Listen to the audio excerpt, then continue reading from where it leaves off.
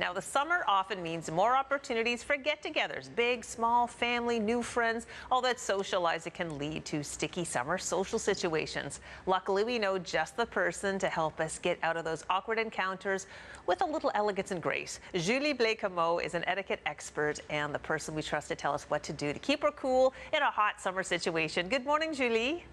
Good morning, Crystal. So nice to see you again. Let's start with a typical situation. We're out there with our neighbors and we're having a nice time, but next door they're blasting some music that's kind of wrecking our vibe. How do we deal with that? You know, Crystal, being in a neighborhood is all about a sensory experience. And what you're speaking of, noise, is usually the #1 annoyance. So what we want to do is that we want to think about timing.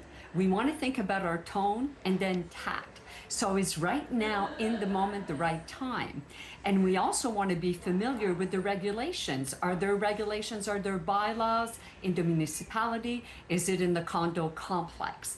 And then we're going to pick up our courage. Maybe not in the moment, maybe the next day, especially if it keeps recurring.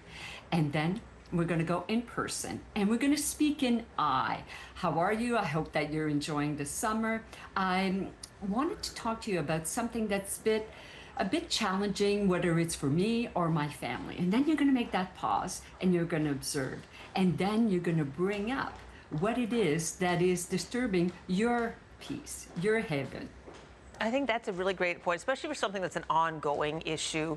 Yes. But maybe in the moment, if it was, you know, you could maybe just pop over and say, hi, we're just having a quiet gathering here. You know, is it okay if we turn the music down? And they probably will. And if not, well, what can you do, you know? Yeah, and a lot of this depends on your previous relationship with your neighbor. Yeah. And at this time of the year, we're seeing a lot of people moving just because the start of the school year is going to come up again and the children are going to starting maybe in a new school. This is the perfect opportunity to go and introduce yourself. And maybe you bring some baked goods that you have or something like that, but you're going to start to build that relationship. It's a lot more challenging to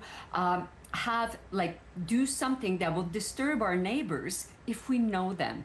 And it will be less challenging if there is an annoyance for you to go and make contact if you have that ongoing relationship. That's great. Yeah, kind of thinking a few steps down the road. All right, let's get into barbecue season. What are the key things that a good host should remember? For example, is it okay, you've got a barbecue and they said, yeah, come on by. What if all of a sudden company shows up? Like, is it okay to bring a few extra people without asking the host? What's the etiquette there? Well, it depends. #1, if you are the host, you want to send as much information as possible, whether it's an evite or you're doing it on the phone. And here's a tip for our viewers that are hosting. Put an end time. We always put the start time, but sometimes we forget about the end time. At the very least, it's going to give your guests some inclination as to when it's time to look at your watch and maybe time to go.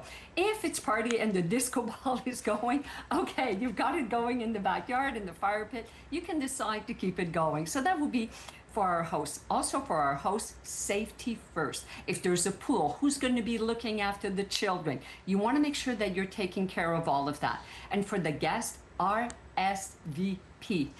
I don't know how it is with you and your friends, Crystal, but I know that right now, a lot of people, even for weddings, and we could talk about that at another time, but even for weddings, people are taking so much time to RSVP and people want to make arrangements. Even if it's a simple barbecue, well, how many people are coming? And to your question, the +1, and it happens a lot in the summer where we have extra guests staying with us and we get maybe that last-minute invitation. Pick up the phone or walk over to your neighbor and say, you know, my brother-in-law and his wife have just showed up, so is it okay? Or say, you know, I'm sorry, we're not going to be able to attend because my mom's visiting. And then the host can say, well, bring her over or not, but don't just show up with that unannounced guest. I love that. I love the communication, the respect of giving that person the heads up in advance. And that's great advice about the safe hosting too and the times. Okay, really quick, we're pretty much out of time, but just when it comes to being a guest, say you've been invited overnight, should you bring something? What if they say don't bring anything? Should you still bring something? Well, if they say don't bring anything, what you can bring is a hostess gift. And that hostess gift, yes, I know that we have a tendency towards going towards the wine bottle, but what I say is use things of the season. So it could be a potted herb garden, or it could be olives, oils, things for the barbecue.